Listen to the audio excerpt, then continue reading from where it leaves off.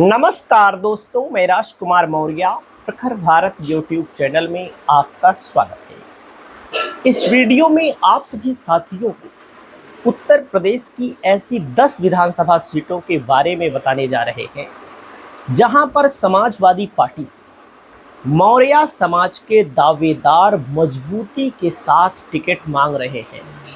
अगर समाजवादी पार्टी यहां पर इनको टिकट नहीं देती है तो इन सीटों को जीतना बहुत मुश्किल है। दोस्तों, आप सभी साथियों को जो 10 सीटें मैं बता रहा हूं, वैसे समाजवादी पार्टी की कोशिश है कि उत्तर प्रदेश में 40 मौर्य शाक्य सैनी कुशवाहा को टिकट दिया जाए। लोकसभा में 6 टिकट दिया था अखिलेश ने, 6 टिकट दिया था।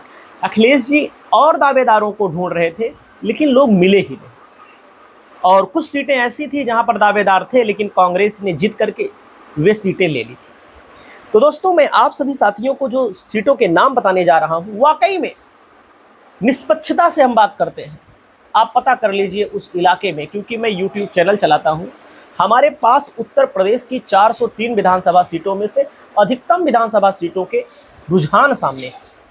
दोस्तों, पहला नाम अगर किसी का आ रहा है तो डॉक्टर सुरेश चंद्र मौर्य जी का नाम आ रहा है। डॉक्टर सुरेश चंद्र मौर्य जी जो हैं दोस्तों, समाजवादी पार्टी के बहुत ही पुराने नेता हैं, बहुत ही सक्रिय नेता हैं, और यहाँ पर पूर्व के ब्लॉक प्रमुख रह चुके हैं। दोस्तों, जिला है प्रयागराज, हांडिया विधानसभा क्षेत्र है। हाकिम लाल विंद समाजवादी पार्टी के विधायक हैं। अगर समाजवादी पार्टी ने तनिक भी कोताही बरती, अगर डॉक्टर सुरेश चंद्र मौर्य को टिकट नहीं मिला, तो मैं सुरेश चंद्र मौर्य से हमारा कोई लेना देना नहीं है। सपा चुनाव नहीं जीतेगी, 100% चुनाव नहीं जीतेगी। आपको मैं इसी मंच के माध्यम से बता दे रहा हूं, और कोई धमकी नहीं है, हकीकत बात है। डॉक्टर सुरेश चंद्र मौर्य के अलावा इस सीट को समाजवादी पार्टी से कोई निकाल नहीं सकेगा। पहली सीट मैंने आपको बता दिया। अब दोस्तों, दूसरी विधानसभा सीट का नाम है, आप इसके बारे में भी पता कर लीजिए। कुशीनगर जिले की खड्डा विधानसभा क्षेत्र है। दोस्तों, विजय प्रताप कुशवाहा, आज की डेट में मैं बात कर रहा हूं, उत्तर प्रदेश का मौर्य समाज का कोई कितना बड़ा नेता होगा, अपने आप को बड़का नेता लगाता होगा, निर्दलीय चुनाव लड़ जाए, 15,000 वोट, 16,000 वोट, 20,000 वोट से ज्यादा नहीं पाएगा। चाहे आप बाबू सिंह कुशवाहा का नाम ले लीजिए, चाहे आप केशव प्रसाद मौर्य का नाम ले लीजिए, चाहे आप स्वामी प्रसाद मौर्य का नाम ले लीजिए, लेकिन विजय प्रताप कुशवाहा अपनी इस विधानसभा क्षेत्र के अंतर्गत खड्डा में 46 से 47,000 वोट पिछली बार पाए थे। समाजवादी पार्टी का कैंडिडेट तीसरे नंबर पर था, 20,000 वोट पाया। और जब खड्डा विधानसभा क्षेत्र में दोस्तों विजय प्रताप कुशवाहा को टिकट नहीं मिला, तो जो विजय प्रताप कुशवाहा को वोट देने वाले थे, समाजवादी पार्टी को वोट देने वाले थे, वे कुछ भाजपा में चले गए, कुछ ओवैसी की पार्टी में चले गए। तो समाजवादी पार्टी को अगर सीट निकालना है शुभम जी, विजय प्रताप कुशवाहा के अलावा कोई टिकट निकाल नहीं सकता। आप पता कर लीजिए, हमारा विजय प्रताप कुशवाहा से कोई लेना देना नहीं। विजय प्रताप कुशवाहा हमको जानते भी नहीं होंगे, लेकिन मैं जान रहा हूं, मेरा सर्वे बोल रहा है। दोस्तों, तीसरी विधानसभा सीट है मऊ जिले की मधुबन विधानसभा सीट। समाजवादी पार्टी के अंदर एक बहुत बड़ी कमी है, बहुत बड़ी कमी है। इनको जो लोग वोट देना चाहते हैं उनको टिकट नहीं देते, आपको मैं बता रहा हूं आपको। और जो लोग वोट नहीं देते हैं उनको जबरदस्ती टिकट देते हैं। ओबीसी समाज का बड़ा तबका समाजवादी पार्टी की सरकार चाहता है, लेकिन जब आप अच्छे लोगों को टिकट देंगे, सामाजिक समीकरण वाले लोगों को टिकट देंगे, तो लोग आपको वोट देंगे। दोस्तों, मऊ और गाजीपुर में समाजवादी पार्टी एक मौर्य को टिकट नहीं दी थी, एक कुशवाहा को टिकट नहीं दी थी। मौर्य कुशवाहा शाक्य सैनी एक ही। ये समाजवादी पार्टी की सबसे बड़ी कमी है, सबसे बड़ी मूर्खता मैं बोलता हूं। आपको, आप सपा के समर्थक होंगे तो बुरा लगेगा, आप सोचेंगे आप मौर्य हो, मौर्य की ही बात कर रहे हो। तो बात तो कर रहा हूं, लेकिन सच्चाई जो है वो आपके सामने आएगी। और मऊ जिले की मधुबन में दोस्तों लीलावती कुशवाहा पूर्व की एमएलसी, या फिर विनीत कुशवाहा समाजवादी पार्टी के समाजवादी पार्टी के यहाँ पर प्रदेश अध्यक्ष हैं छात्र सभा के। यहाँ पर कुशवाहा को टिकट देना पड़ेगा, नहीं देंगे तो ये हार जाएंगे, तय मान लीजिए आप लोग। यहाँ पर पिछली बार ब्राह्मण कैंडिडेट उतारा गया था, ब्राह्मण कैंडिडेट चुनाव हार गया 4-5 हजार वोटों से। बसपा ने उतारा था, बसपा को भी वोट मिला था यहाँ पर अच्छा खासा। तो दोस्तों अगला चौथा नंबर मैं आप सभी साथियों को बताना चाहूंगा, ऊंचाहार रायबरेली जिले की विधानसभा सीट है। ऊंचाहार रायबरेली जिले की विधानसभा सीट है ऊंचाहार, और ऊंचाहार में है दोस्तों आकाश मौर्य। आकाश मौर्य को लेकर आप सभी साथियों को मैं बता दूं, आकाश मौर्य की कोई राजनीतिक पृष्ठभूमि नहीं है, लेकिन इनके जो पिताजी हैं बीएन मौर्य, बैजनाथ मौर्य, इलाके के ऊंचाहार क्षेत्र के या रायबरेली जिले के जाने माने व्यक्ति हैं। और ये मेरा बेटा है प्रखर, इसको रोक रहा था बेटा मत आओ, लेकिन बच्चे हैं आ गए हैं, तो आप मत सोचिएगा कि बच्चे आपके कंट्रोल में नहीं है। बच्चे अब क्या करें, ठीक है, उससे कोई दिक्कत नहीं है, इसी के नाम से चैनल चलता है, तो कुछ भी करें सब माफ है। दोस्तों बीएन मौर्य जी की राजनीति के बारे में मैं आपको बता दूं, ए निर्दलीय, ना सपा से, ना भाजपा से, ना बसपा से, 2011 से लगातार ऊंचाहार ब्लॉक प्रमुख हैं। लगातार देखो, गिरे ना भाई, ये छोटू गिरना मत। और बहुत बड़े व्यक्ति, इधर आ जाओ, बहुत बड़े कारोबारी हैं और लोगों के अंदर, लोगों से बहुत अच्छी कनेक्टिविटी रखते हैं। और समाजवादी पार्टी को अगर कोई जिता सकता है तो बीएन मौर्य। हालांकि इस ऊंचाहार सीट पर स्वामी प्रसाद मौर्य का भी दबदबा माना जाता है, लेकिन जब स्वामी प्रसाद मौर्य समाजवादी पार्टी में नहीं है, तो मैं समाजवादी पार्टी की अगर बात कर रहा हूं तो उनकी बात करना ठीक नहीं है। अगर होंगे, भविष्य में आएंगे तो बात की जाएगी, उनका भी इस सीट पर बहुत बड़ा प्रभाव है। दोस्तों एक सीट है हरदोई जिले की सवायचपुर। हरदोई जिले में 8 विधानसभा सीट है, करीब 3 से 3.5 लाख वोट दोस्तों यहां पर मौर्य कुशवाहा का है। मौर्य कुशवाहा एक के होते हैं, लेकिन समाजवादी पार्टी के अंदर बहुत बड़ी कमी रही है। मैंने शुरू में आपको बता दिया, इनको जो वोट देना चाहते हैं इनको ये टिकट नहीं देते। अब इनको होश आया है, 2024 के लोकसभा के चुनाव में मौर्य सांसद भी बने, 2 तो मामूली अंतर से हार गए, अभी टिकट देंगे। यहां पर 2 लोग हैं दोस्तों सवायचपुर में, एक है प्रदीप कुशवाहा और एक है Arun Maurya, doctor Arun Maurya. Doctor Arun Maurya peace party से चुनाव लड़ चुके हैं दोस्तों, एक बार 18-20 हजार वोट मिला था।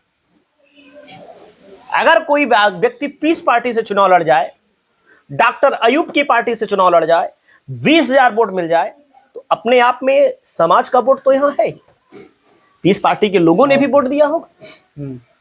लेकिन प्रदीप कुशवाहा भी यहां पर है, 2 में से एक को टिकट नहीं मिला तो समाजवादी पार्टी चुनाव हार जाएगी। और मैं मौर्य हूं, इसलिए मौर्य की बात नहीं कर रहा हूं, मैं कुर्मियों की भी बात करूंगा, यादवों की भी बात करूंगा, ब्राह्मणों की बात करूंगा, ठाकुरों की भी बात करूंगा, निषादों की बात करूंगा, पालों की बात करूंगा। जो सच्चाई है उस पर मैं बोलने के लिए जाना जाता हूं। आगे देखिए, अगली सीट है दोस्तों अयोध्या जिले की बीकापुर विधानसभा सीट। इस सीट पर समाजवादी पार्टी को लोकसभा के चुनाव में सबसे ज्यादा लीड मिली थी। अयोध्या जो समाजवादी पार्टी जीती, अवधेश प्रसाद जीते, सबसे ज्यादा लीड इसी विधानसभा में थी। अब यहां पर पिछली बार हाजी फिरोज गब्बर खान को टिकट दिया गया।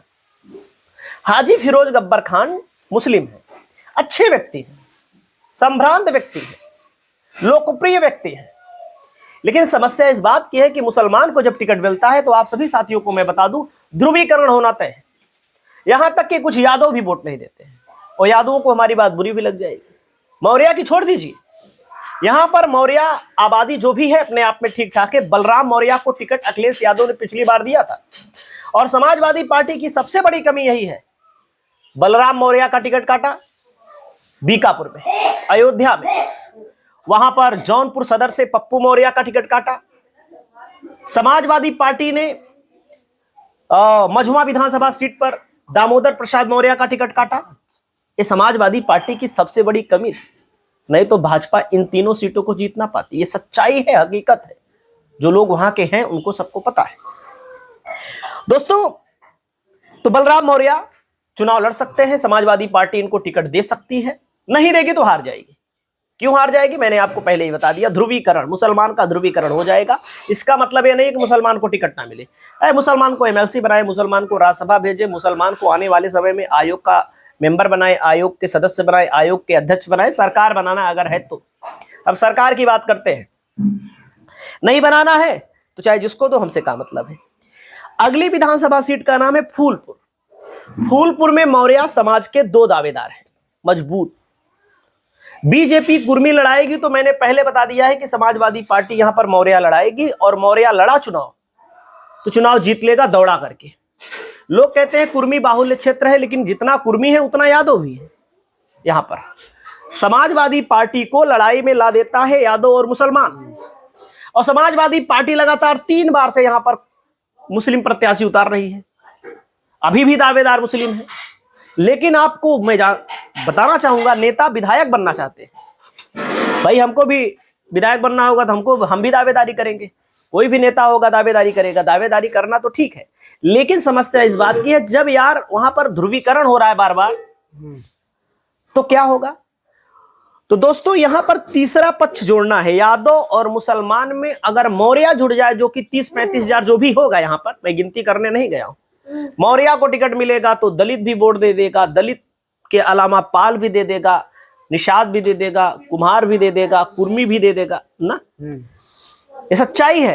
ठाकुर ब्राह्मण भी दे देंगे, ऐसा नहीं है कि नहीं देंगे, क्योंकि भाजपा से बार बार कुर्मी विधायक बन रहा है, बार बार कुर्मी विधायक बन रहा है, तो इसका भी एक बड़ा प्रभाव होता है। भले भाजपा समण वोटर बीजेपी के माने जाते हैं, ऐसा कुछ नहीं है कि कोई वोट नहीं देगा, देने वाले दे देते हैं, बार बार कुर्मी बन रहा है, आपकी मौर्य जी बनाओ, संबंधों के आधार पर। यहां पर प्रेमचंद कुशवाहा डॉक्टर साहब 3 बार दोस्तों जिला पंचायत के सदस्य रह चुके हैं, अब चुनाव नहीं लड़ते हैं। वो कहते हैं कि भाई अब समस्या इस बात की है कि जिला पंचायत सदस्यों की कोई वैल्यू नहीं रह गई है, क्योंकि ये लोग 2-4-10 लाख में बिक जाते हैं, अध्यक्ष चुनाव आता है। और अमरनाथ मौर्य जी यहां पर है दोस्तों। हो सकता है अमरनाथ मौर्य को समाजवादी पार्टी 2029 के लिए रोक ले, हो सकता है ऐसा, हो सकता है उतार भी दे, हो सकता है एक विधानसभा सीट है इलाहाबाद पश्चिमी, वहां पर भी समाजवादी पार्टी को जरूरत है। तो कहने का मतलब फूलपुर में समाजवादी पार्टी अगर मौर्य को उतारेगी तब, जब बीजेपी कुर्मी को उतारेगी। तो दोस्तों, इस सीट को जीतना है, समाजवादी पार्टी को टिकट तो देना पड़ेगा। अगला नंबर आता है 8वां, सतेंद्र मौर्य है दोस्तों। इनकी विधानसभा है पीलीभीत सदर, बहुत मेहनत कर रहे हैं। इनके पिताजी बसपा के जिला अध्यक्ष रह चुके हैं।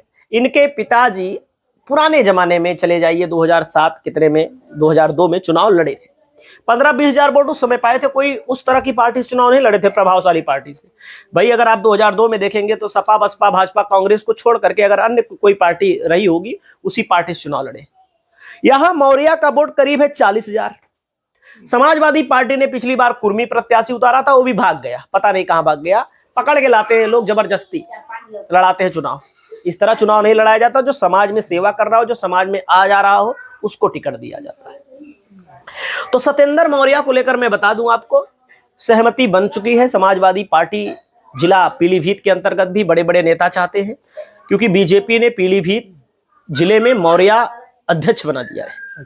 और मौर्य अध्यक्ष इसलिए बनाया है, वोट है तभी तो बनाया है। 40-40 हजार 35-35 हजार एक विधानसभा में वोट है।